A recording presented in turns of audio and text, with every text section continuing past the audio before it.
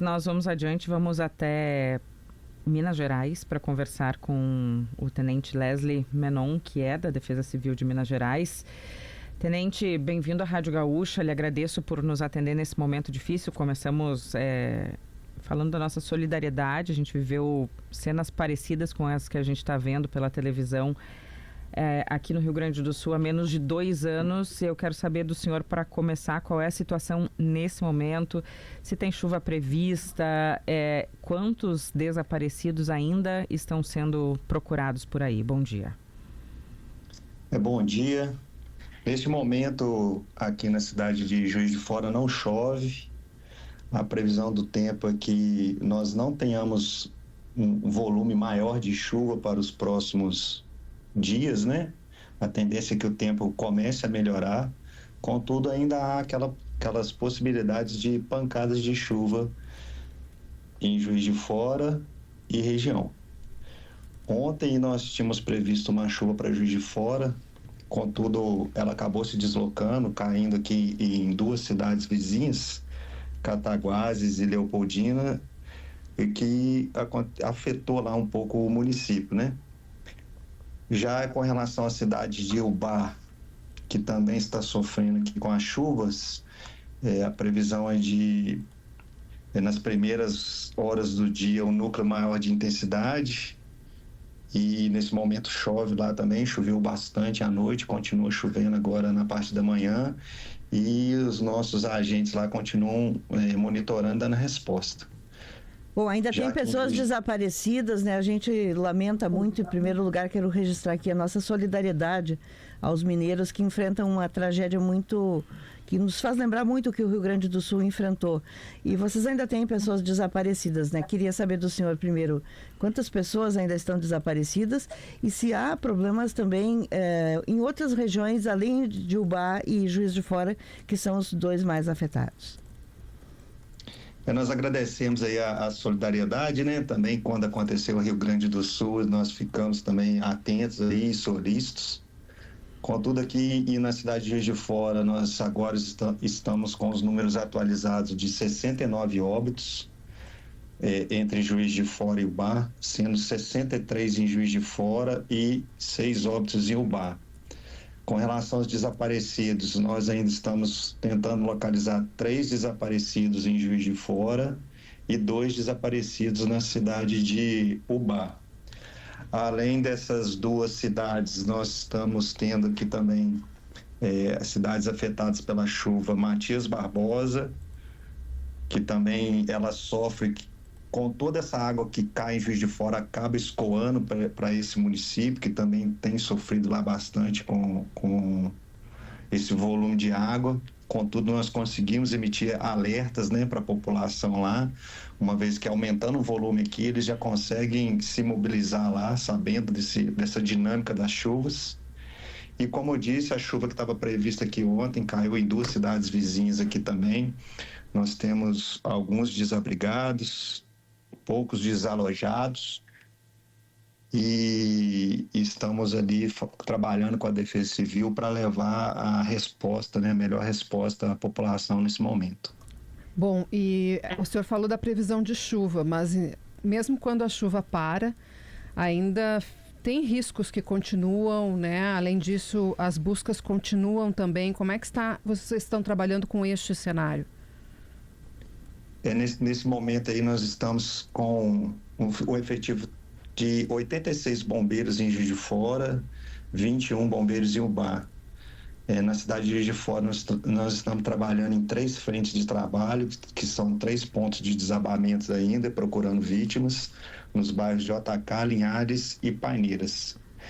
A baixa pressão que está atuando no estado, ela está empurrando essa massa de ar, essa massa de chuva, né, esse volume de chuva para a região centro-leste e o Vale do Mucuri, Jequitinhonha. Então as nossas atenções agora começam a voltar também para esse ponto aí no mapa de Minas Gerais, monitorando as chuvas e já emitindo alertas lá para as defesas civis também se prepararem de acordo aí que nós vamos fazendo essa previsão do tempo.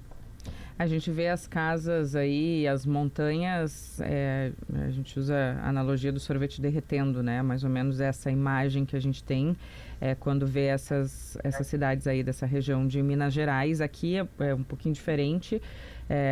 Eram casas muitas vezes próximas ao rio, né? As ribeirinhas, regiões ribeirinhas. Em relação à reconstrução desses locais de Minas Gerais, o senhor acredita que é possível ser nos mesmos lugares onde essas casas ficavam ou tem que se mudar alguma coisa a partir de agora? Juiz de Fora, né? Essa parte aqui, Zona da Mata, ela é característica, ela é até chamada por mares de morro, né? Então, a cidade toda a cidade, ela são elevações, mares de morro, literalmente. Então, as construções, né? Tanto classe baixa, classe média e classe alta, elas são construídas nesse tipo de terreno, o que potencializa, né, o fator do escorregamento. Algumas conseguem fazer as contenções, outras que a gente sabe ali que são áreas que são invasões próximas a essas encostas, o que aumenta o risco de deslizamento e desabamento. O volume de chuva que caiu na cidade foi muito grande, né? Um volume histórico aqui. E esse volume, ele fez literalmente com que a cidade, né, o solo não absorvesse essa quantidade toda de água e começasse a acontecer os escorregamentos e, com isso, os desabamentos. Vocês poderiam, precisam ainda de alguma ajuda? Nossa Defesa Civil aqui se colocou à disposição de Minas. A população gaúcha é muito solidária também, porque sabe que recebeu bastante ajuda de Minas quando a tragédia foi aqui.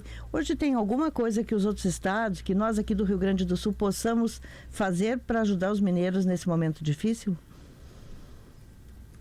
Sempre qualquer ajuda é muito bem-vinda, né? Contudo, essas informações estão sendo concentradas na Defesa Civil Municipal, que está catalogando todos esses recursos, né?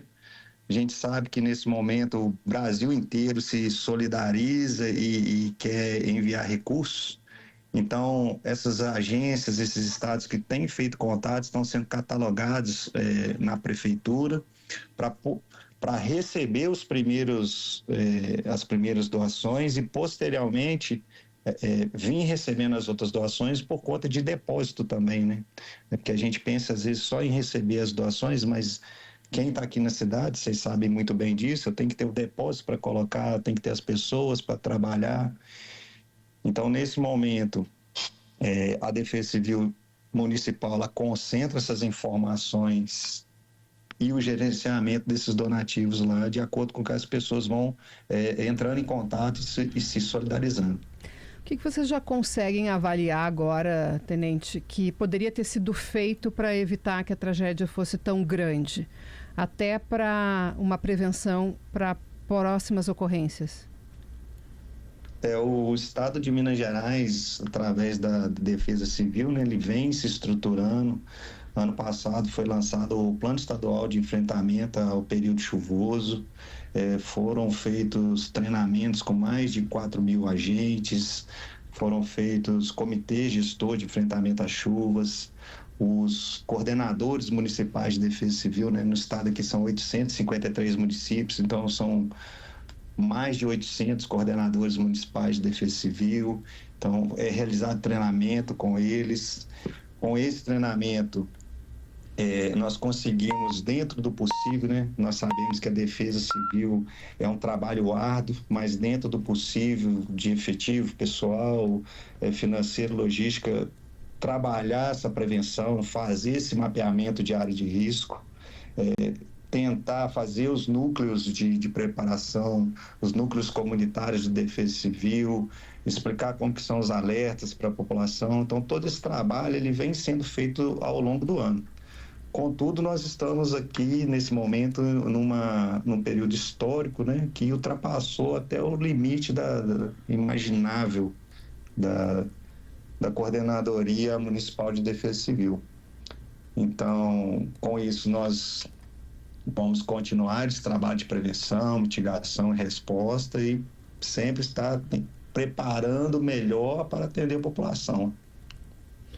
Nós lhe agradecemos, Tenente Leslie Menon, Defesa Civil de Minas Gerais, trazendo um pouquinho desses detalhes. Esperamos que vocês possam reconstruir o quanto antes e que diminua, pare de chover por aí, também de aumentar o número dos mortos, né, que a gente tem ainda, os desaparecidos, mas que, se possível, sejam encontrados com vida e a gente não tenha mais perdas. Muito obrigada, Tenente.